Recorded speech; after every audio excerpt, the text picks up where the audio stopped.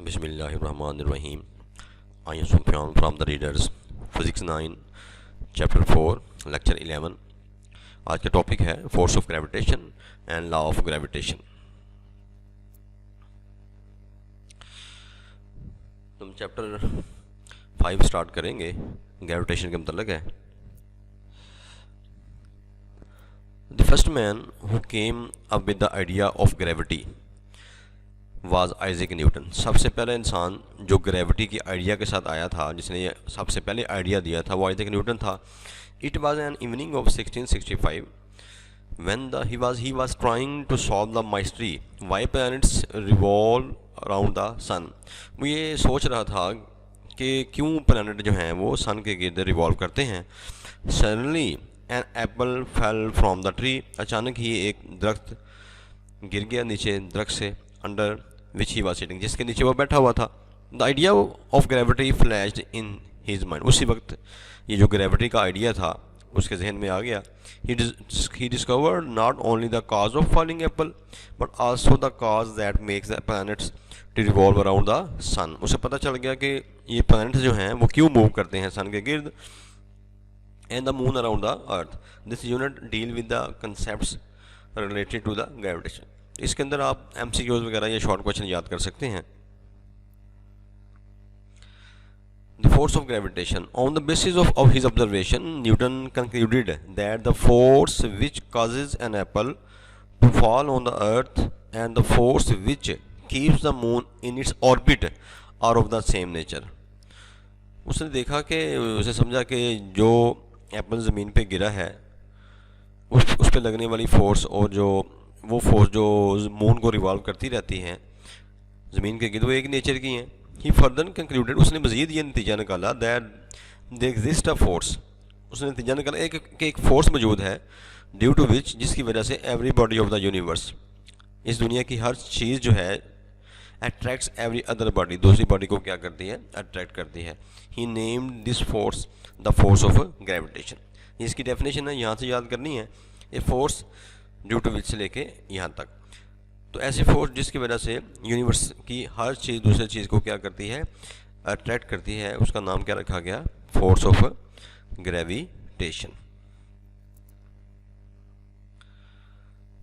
तो स्टूडेंट आपने ये, अब हम करेंगे लॉ ऑफ ग्रेविटेशन। ये एज ए लॉन्ग क्वेश्चन तैयार करना है। इससे पीछे जो आपने डेफिनेशन पढ़ी है law of force of gravitation की, उसकी डेफिनेशन याद करनी है। बाकी उसके भी MCQs वगैरह और शॉर्ट क्वेश्चन याद करने हैं। Law of gravitation according to the Newton's law of universe gravitation, इसकी डेफिनेशन है, every body in the universe attracts every other body with a force. हर इस यूनिवर्स में हर बॉडी दूसरी बॉडी को अपनी तरफ अट्रैक्ट करती है with a force which is directly proportion to the product of their message.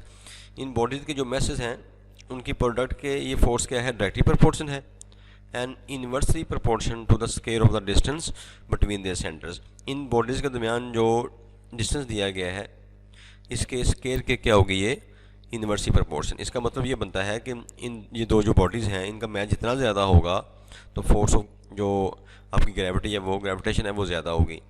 इस तरह इनके दरमियान जितना डिस्टेंस ज़्यादा होता जाएगा, ये जो फोर्स ऑफ ग्रेविटी है ये कम होती जाएगी। Consider two bodies of message M1 M2। दो हमें मैसेज दिए गए हैं M1 M2। The distance between the centres of the message is D। इनके दरमियान जो डिस्टेंस दिया गया है वो है D। डिस्टेंस इनके दरमियान इनके सेंटर से लेना है, M1 का सेंटर M2 का सेंटर, इनके दरमियान जो होगा वो क्या होगा, डिस्टेंस। ये देख एक दूसरे पे फोर्स लगा रही हैं अपोजिट, M1 उस तरफ लगा रहा है, M2 इस तरफ लगा रहा है। ये जो माइनस है ये शो ये करता है कि M1 की फोर्स इसके ऊपर क्या है, अपोजिट है।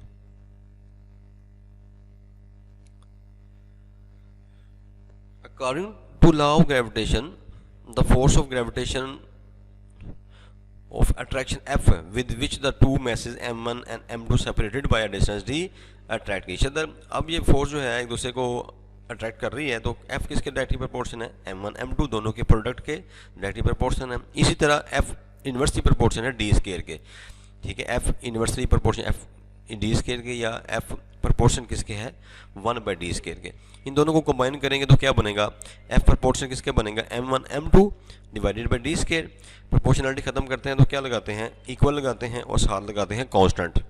तो जी यहाँ पे कांस्टेंट है, तो एफ किसके बराबर आ गया, G m1 m2 divided by D square. Here G is the proportionality constant, G यहाँ पे है प्रोपोर्शनैलिटी कांस्टेंट है, it is called universal constant of gravitation. Its value is same everywhere, इसकी वैल्यू हर जगह सेम रहती है क्योंकि ये कांस्टेंट है।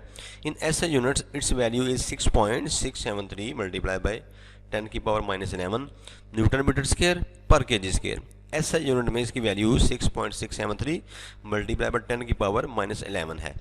Due to small value of G, क्योंकि वैल्यू जी की बहुत थोड़ी है, the gravitational force of attraction between objects around us is very small. हमारे इर्द गिर्द जो बॉडीज़ के दरमियान जो फोर्स ऑफ अट्रैक्शन लगती है वो बहुत थोड़ी है, and we do not feel it, और हम इसको महसूस भी नहीं करते। Since the mass of the earth is very large, क्योंकि अर्थ का मैस बहुत बड़ा है हमारे मुकाबले में, it attracts near by objects with a significant force. यही वजह है कि ज़मीन का मैस क्योंकि ज़्यादा है, इसलिए उसकी जो फोर्स ऑफ अट्रैक्शन है वो बहुत वाज़ेह है, बहुत ज़्यादा है। The weight of an object on the earth, किसी बॉडी का जो वेट होता है अर्थ पे, is the result of the gravitational force. वो क्यों होता है, फोर्स ऑफ ग्रेविटी की वजह से, of attraction between the earth and the object. तो स्टूडेंट आपने फोर्स ऑफ ग्रेविटेशन की डेफिनेशन याद करनी है, जबकि जो लॉ ऑफ ग्रेविटेशन है ये एज ए लॉन्ग क्वेश्चन याद करना है और इसकी डायग्राम भी बनानी है।